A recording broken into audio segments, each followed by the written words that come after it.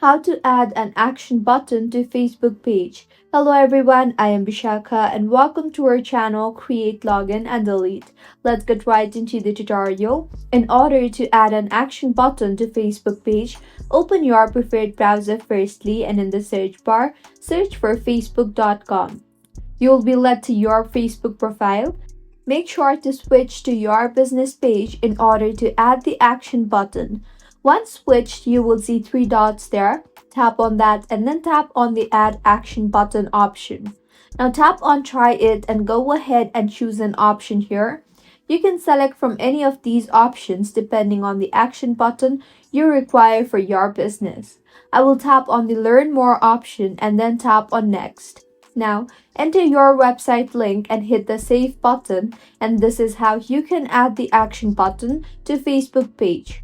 I will move to the View As page in order to show the action button we just added, and you can see here the action button has been added successfully. If you find this tutorial helpful, do subscribe to our channel. Thank you for staying with us until the end.